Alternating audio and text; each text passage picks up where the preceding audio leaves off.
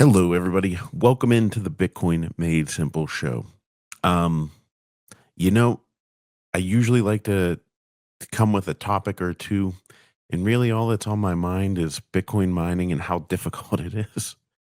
So I'll talk to you about that. Um, it everybody thinks if you're a Bitcoin miner, it's just all roses and butterflies and rainbows and everything's perfect. Um, and it's not. It's it's a tough sled. So tough sledding. So I will get into that, but before I do, you should get a Bitbox. Go to bitbox.swiss/Bitcoin made simple. Use promo code Bitcoin made simple to get 5% off your order. It's the best, easiest hardware wallet in the world to use. So get one. If a dummy like me can use it, you can too. Um, Also, shout out to Barefoot Mining.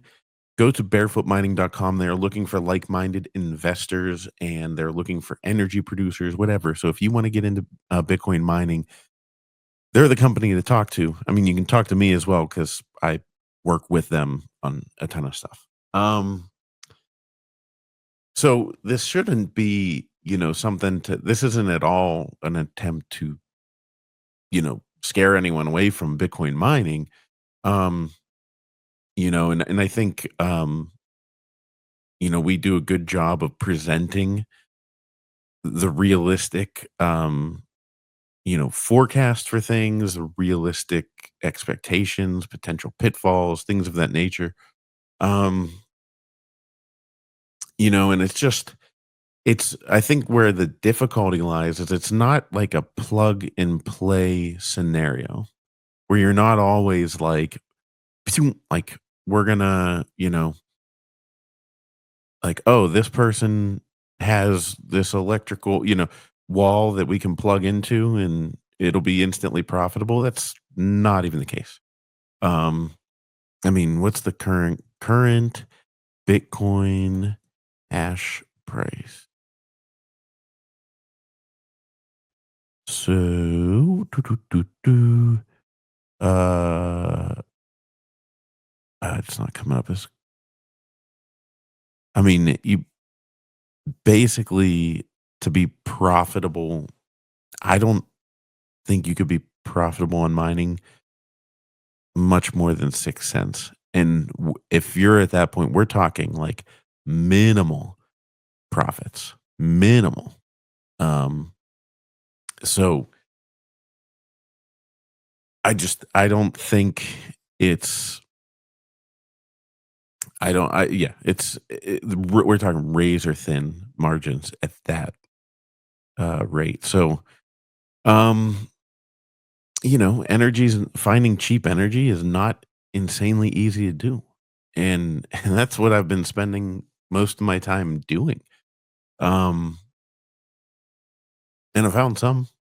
So, I mean, it's going, but, then, for the money people, maybe it could be a little bit easier, but, uh, spent some time in the past 6 months, and it's been a journey, 7 months, 8 months, whatever it's been.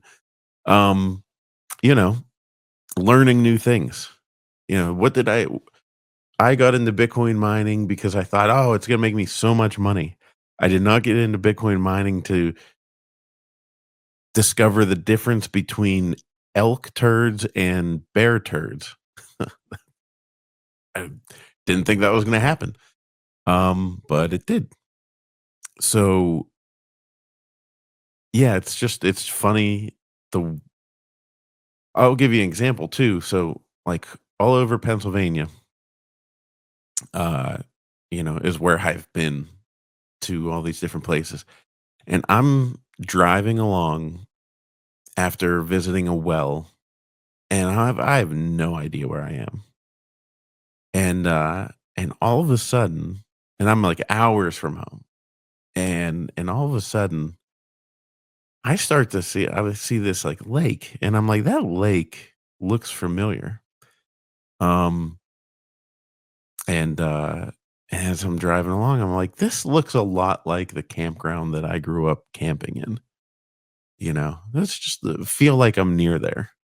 Like, it's a weird feeling, but I don't know, if just you ever had that feeling where you're somewhere you haven't been in a really long time? Like, I think the last time I was there was 2002. So, like, 23 years. Um, and I'm like but, it was a place that growing up as a kid, I was there so much.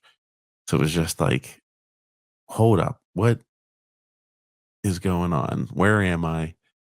And then boom, the thing that, like, I saw this entrance, I'm like, "I think that looks like a lot like the campground entrance." And then I'm like, "Well, if this is the campground entrance, then up on the left should be the water tower that we used to ride our bikes to." And lo and behold, it was there. And so I pulled in, I'm like, "Holy crap," and, like, I mean, it's just undeniably like, "Oh, that's where I am." And it just blew my mind. I took a picture of it, like, sent it to my siblings, sent it to my cousins that would go with us, and I was just like, I was just driving along the road and look where I'm at. Um, so it's just yeah, you get into Bitcoin mining to make a quick buck, and then it just is constant change, um, constantly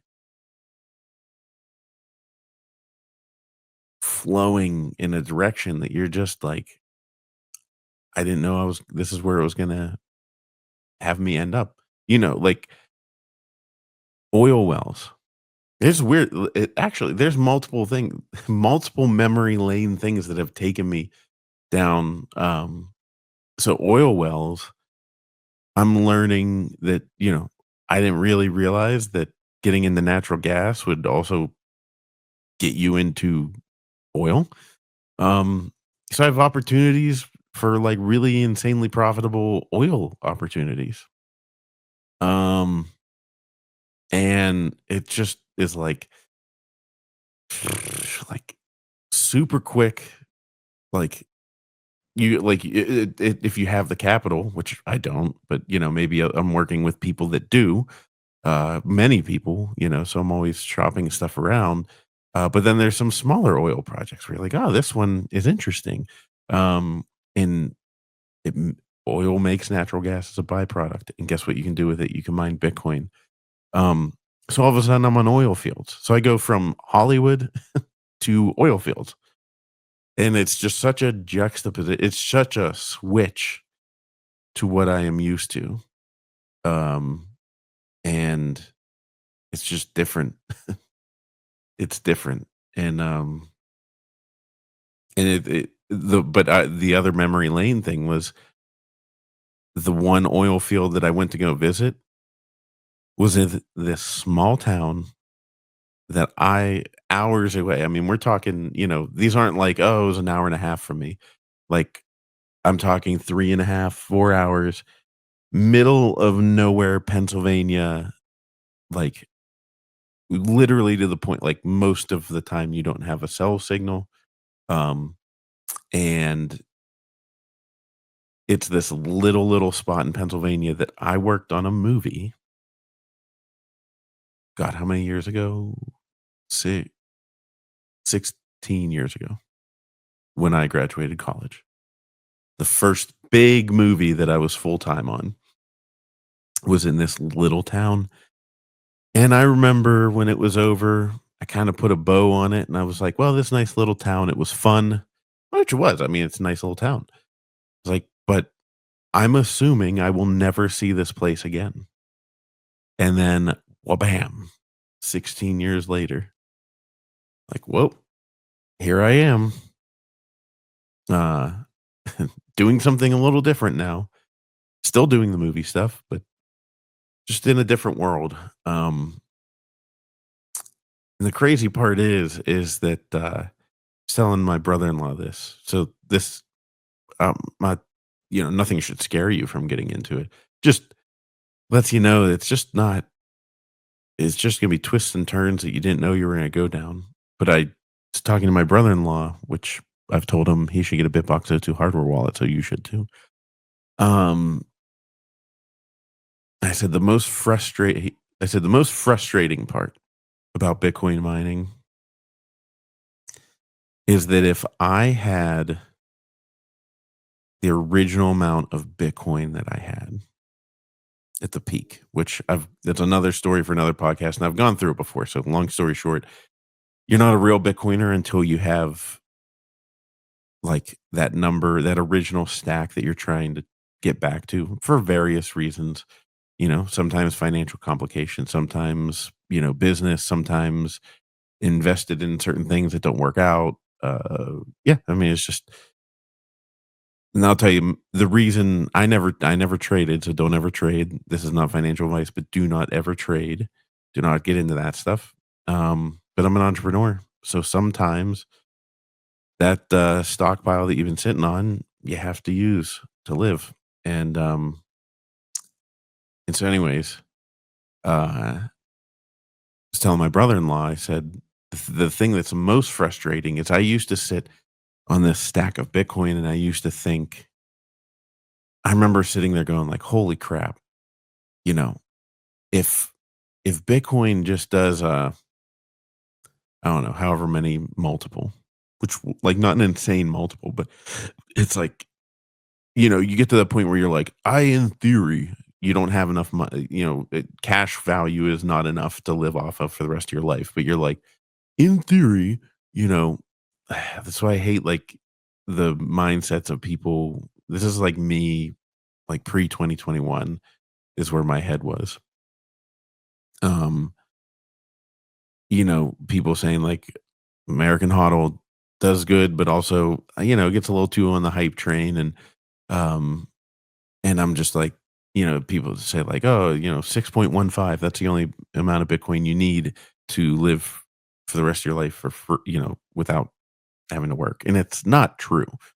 Like, it's just not. Um, so you sit there and you're like, well, I have this stack. And, if Bitcoin does X by the next 10 years, then I should be good.